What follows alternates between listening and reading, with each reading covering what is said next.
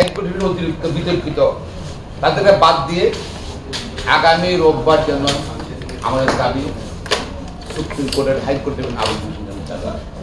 গতকাল নোটিশ দেওয়া হলো, আজকে কোর্ট পেলাম, আবার রাত্রেবেলা বলল অনির্দিষ্টকালের জন্য আদালত বন্ধ। কি কারণে বন্ধ, কি কারণে খোলা নোটিশ দেওয়া হয়েছে, কি কারণে বন্ধ আমরা জানি না, দেশবাসী জানি। সুপ্রিম কোর্ট 12 সিরিজ দাবি সারা বাংলাদেশে সব অফিস আদালত চলতেছে, রাষ্ট্রের গুরুত্বপূর্ণ অংশ সুপ্রিম কোর্ট বন্ধ থাকবে কেন,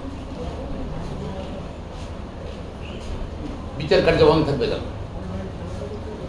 যে নাম অনৈতিক বিলম্বে সুপ্রিম কোর্টের আপিল ডিভিশন এবং হাইকোর্ট ডিভিশন বিচার কার্যক্রম চালু রাখার জন্য অনুরোধ জানাচ্ছি। এবং রোববার থেকেই সুপ্রিম কোর্ট এবং আপিল ডিভিশনের হাইকোর্ট ডিভিশন বিচার কার্যক্রম চালু করার জন্য আবেদন জানাচ্ছি।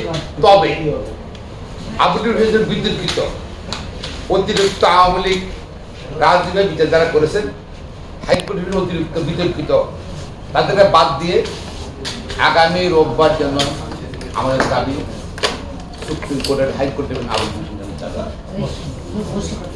ছাত্ররা দাবি করছে, ছাত্ররা অনেকের নাম বলেছে, আমি নামগুলো বললাম না, তবে ছাত্রের দাবির সাথে একমত। বিচার বিভাগ থেকে বিচার বিভাগ জেলে হাজাতে হবে, এটা পচিয়ে ফেলেছে বিচার বিভাগকে। কত সরকার আওয়ামী লীগ সরকার পচিয়ে ফেলছে। এবং দেখেন, তারা আওয়ামী লীগ পৃথিবীতে যে কাজটা করা হয়নি, এটা অন্যতম কলঙ্কজনক কাজ করেছে। একজন প্রধান বিচারপতি সিনাকে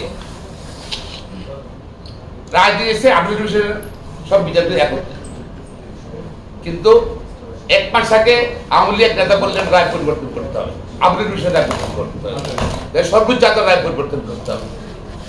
সেটা উনি করেন নেই, বলছে যে পরিবর্তন না করলে তাকে 4 বছর দেওয়া হবে না।